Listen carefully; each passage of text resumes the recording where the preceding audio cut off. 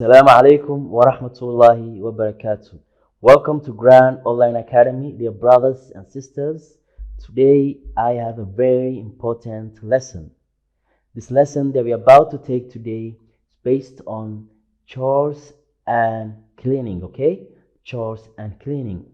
So in Somali, waxa weeyaan chores waa maxay? Chores waxa weeyaan waa shaqo maalmeedka gurigan ka qabano, okay? Everyday task in the house, okay? Amba routine task guriga laga qabto. And cleaning oo ah nadaafadda, okay? So let's move on. And so the first thing that you need to do is to clean the windows, okay? To clean the windows.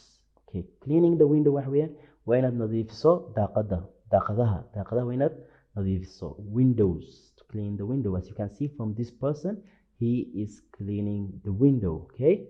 Let's carry on to the next one, which is to sweep the floor. Sweep the floor, okay? Sweeping in Somali waxa weeyaan xaaqid, in la xaaqo dhulka, floor, okay? Sweep the floor. As you can see from this person, he's sweeping or she's sweeping the floor, okay? Let's move on to the next one, which is to scrub the floor. To scrub the floor, waa inaad xoqdo. Scrubbing waa xoqid, okay? Waa inaad dhulka xoqdo, okay? For example, there was extra dirt and you need to scrub the floor to get the dirt removed, okay? Waa inaad masaxdo saad yacni wasaqda dhulka yani ku dhayjisan ka qaadid, okay? To scrub the floor waxa weeyaan waa inaad xoqdid. To scrub the floor. Okay, let's move on to the next one, which is mopping. To mop the floor. To mop the floor waxa weeyaan waa inaad masaxdo. After sweeping, you need to mop the floor. Markaad xaaqdid waa inaad masaxdid, okay?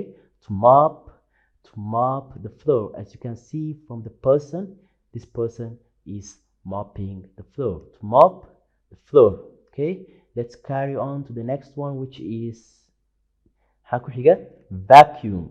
To vacuum the carpet. To vacuum the carpet. So vacuum waxa weeyaan waa inaad isticmaasho hooving, okay? Vacuum aad isticmaashid. This is called vacuum. So vacuum, for example, marka isticmaalisid, it gets the dirt and sucked in, okay?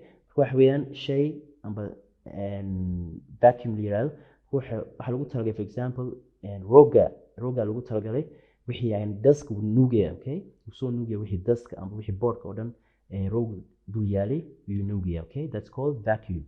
This person is vacuuming the carpet, okay? This person is vacuuming the carpet. Okay, let's move on to the next line. Okay, to dust, okay? To dust.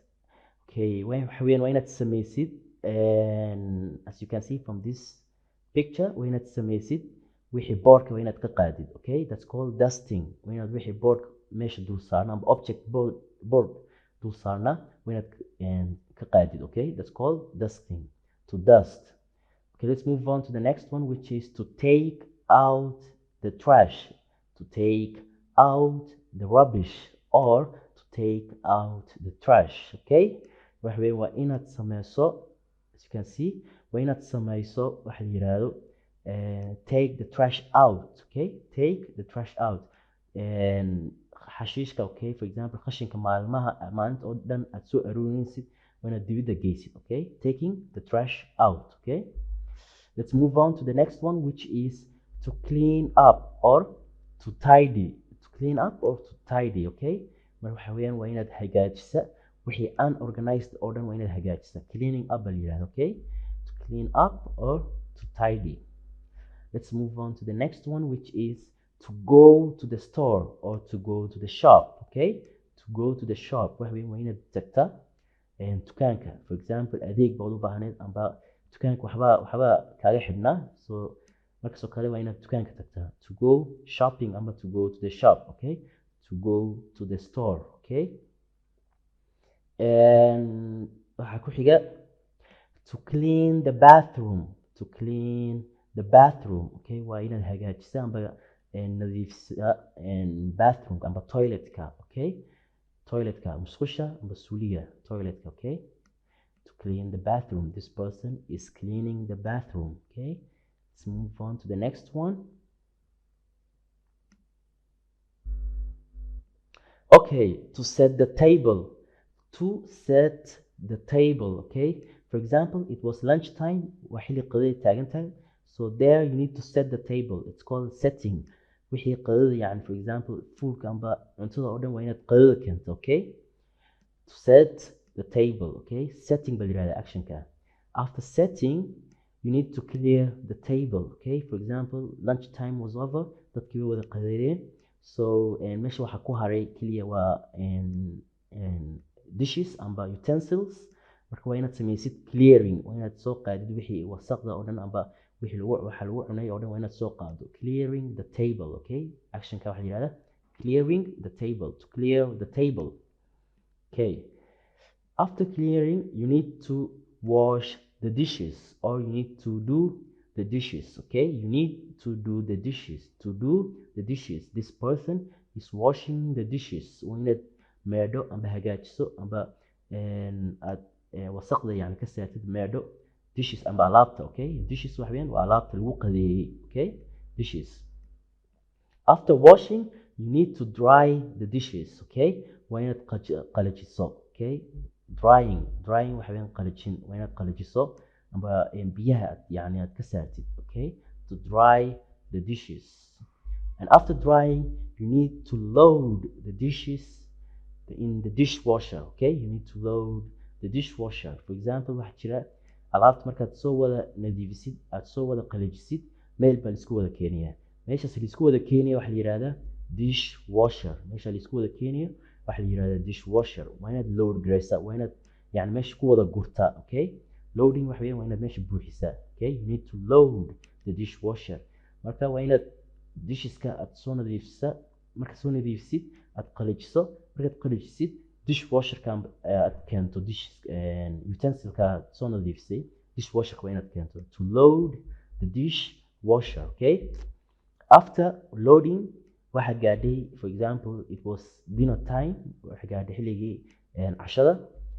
And then you need to unload, okay? Which is the opposite of loading.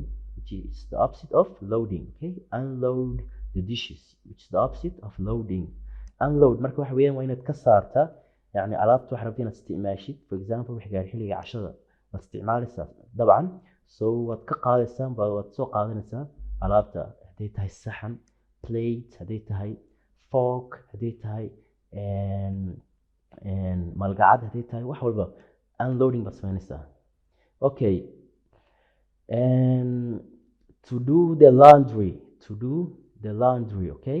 Doing laundry waxa weeyaan waa inaad samaysid waxa la yidhaahdo dharka waa inaad meedho. Laundry waxa la yidhahdo waa inaad samaysid dharka inaad meedho weeyaan. To do the laundry, okay? As you can see, these two persons they are doing laundry, okay? Dharkay meerayaan, okay? After doing laundry, you need to hang the clothes. You need to hang the clothes, okay? So that it could get dried up, okay? marka aad meedho waa inaad yani qalajiso, marka hanging baad samaynaysaa. meel baad meel baad yani dharka waad wareysaa, meel baad ku wareysaa, okay? Hanging la yiraahdaa, to hang the clothes, okay? qofkan kale waad arkaysaan, he's hanging the clothes. After hanging and you get them dried up, you need to do ironing, okay? Ironing baad samaynaysaa. Ironing wax kale maaha, kaawiyada weeyaan, okay? Kaawiyada, okay? This person is ironing the clothes. After ironing, you need to fold the clothes, okay? Folding the clothes. markaad samaysid waxa weeyaan laablaabidda, waa inaad laablaabto dharka, okay? waa inaad laablaabto dharka. marka hore waad soo meeraysaa, waxa weeyaan waa doing laundry. After doing laundry, you need to hang the clothes, get them dried up. After hanging, you need to iron them. waa inaad kaawiyeyso kadib waad laablaabeysa, okay? That's the last thing, inaad laablaabto, okay? I hope the lesson was very clear and very understandable. And if you have any questions, you know what to do, inshallah. Leave it in the comments, okay? And that will be the end. Assalamu alaikum wa rahmatullahi wa barakatuh.